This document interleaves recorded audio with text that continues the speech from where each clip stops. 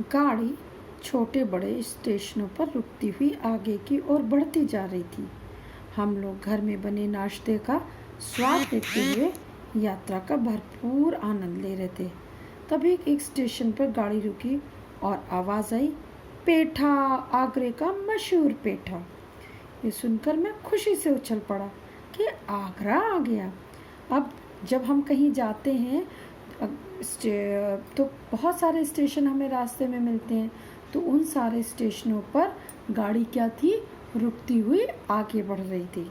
और जब वहाँ पर एक इस अगले स्टेशन पर रुकी और आवाज़ आई, आगरे का मशहूर पेठा, तभी मैं समझ गया कि हमारा स्थान आ गया जहाँ पे हमें जाना था। स्टेशन से निकलकर हम लोग एक होटल में ठहरे और शीघ्र ही भोजन करने के बाद विश्व प्रसिद्ध ताजमहल देखने के लिए चल पड़े। स्टेशन पहुँचे और हम लोग अब एक होटल में रुक गए। वहाँ से हम लोगों ने वहाँ पर क्या किया, खाना खाया और उसके बाद खाना खाने के बाद हम लोग ताजमहल को देखने की ओर निकल पड़े।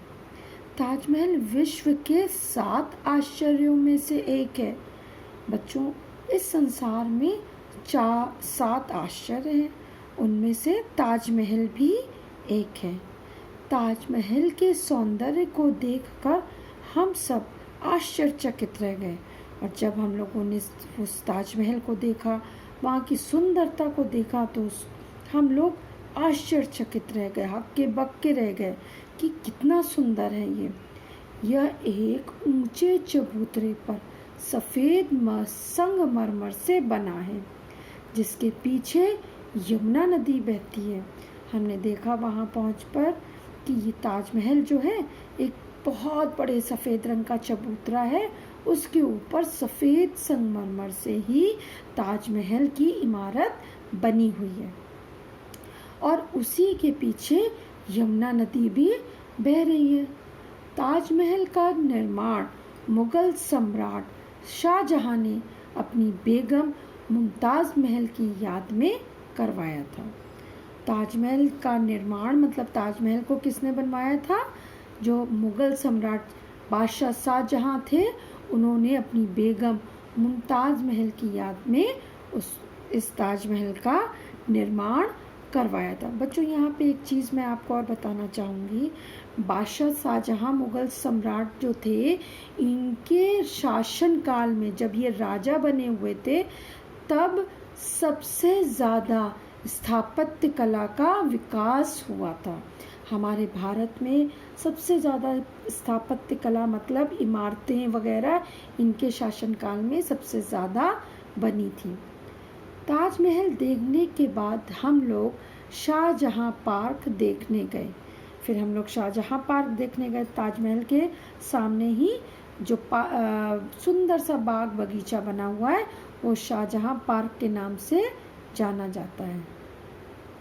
इसके बाद हम मनकामेश्वर मंदिर गए और इसके बाद हम कहाँ गए?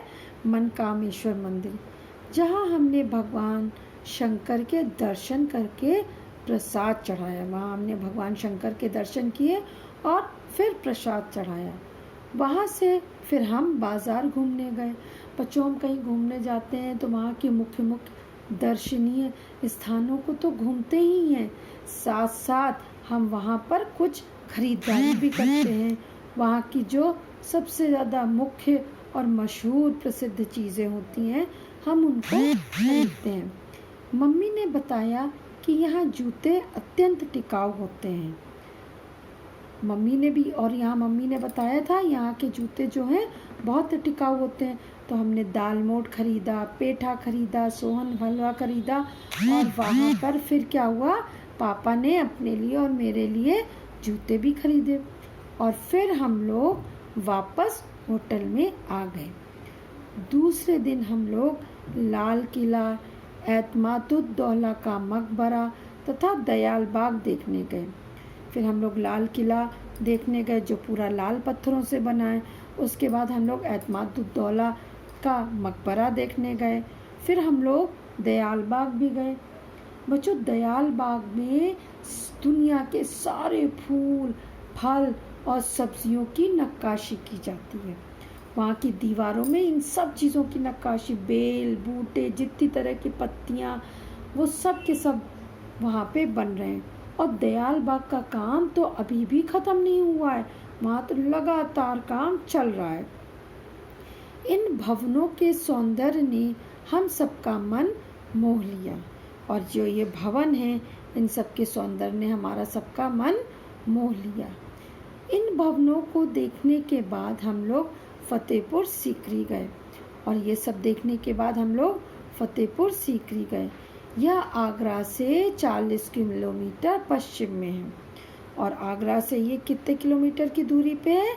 40 किलोमीटर। यहाँ लोगों ने बुलंद दरवाज़ा भी देखा। हम लोगों ने यहाँ का बुलंद दरवाज़ा भी देखा जो बहुत बड़ा है। इसकी ऊंचाई 45 मीटर है। इसकी जो ज़मीन से ले ऊपर तक की ऊंचाई 45 मीटर है। इसका निर्माण अकबर ने दक्षिण विजय के उपरांत करवाया था, है ना। तो हमने जाना कि आगरा में कौन कौन सी चीज़ें दर्शनीय स्थान हैं, देखने योग्य स्थान होने के साथ साथ वहाँ पे कौन कौन सी चीज़ें प्रसिद्ध हैं।